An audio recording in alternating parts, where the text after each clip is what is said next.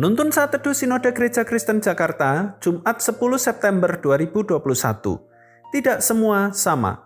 Yohanes pasal 14 ayat yang ke-6, kata Yesus kepadanya, "Akulah jalan dan kebenaran dan hidup.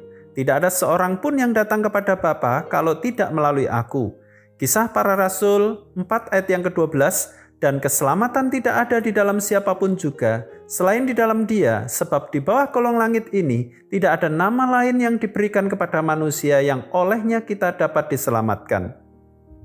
Suatu hari saya bertemu dengan seorang ibu yang menceritakan bahwa dirinya rajin beribadah. Tetapi dalam pembahasan, dia mengatakan bahwa semua agama sama saja.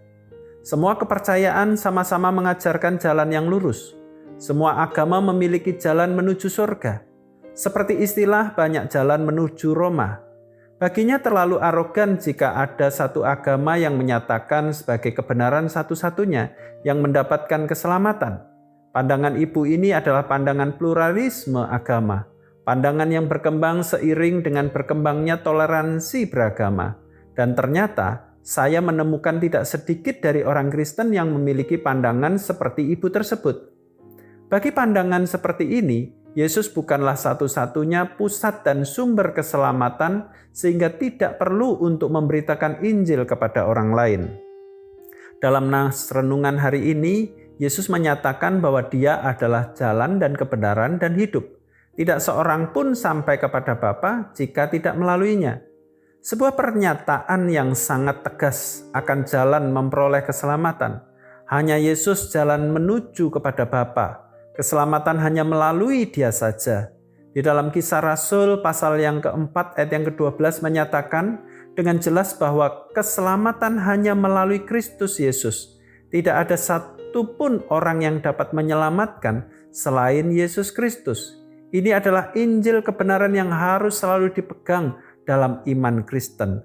Hal ini tidak menunjukkan sebuah sikap arogan, sebab dalam hal ini orang Kristen sedang menyatakan kebenaran berdasarkan firman Tuhan yang tertulis dalam Alkitab yang diyakininya.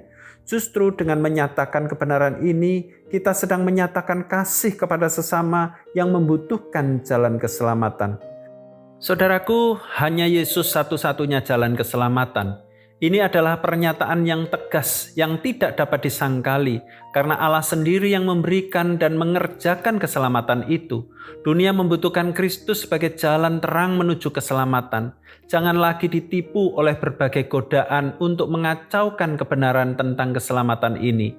Tetapi beritakanlah Injil kepada sesama, agar mereka menemukan harapan untuk terlepas dari perbudakan dosa dan memperoleh jalan keselamatan kekal. Jika Anda tidak meyakini bahwa Tuhan Yesus adalah satu-satunya jalan keselamatan, maka Anda sedang tidak berada di jalan keselamatannya. Tuhan Yesus memberkati.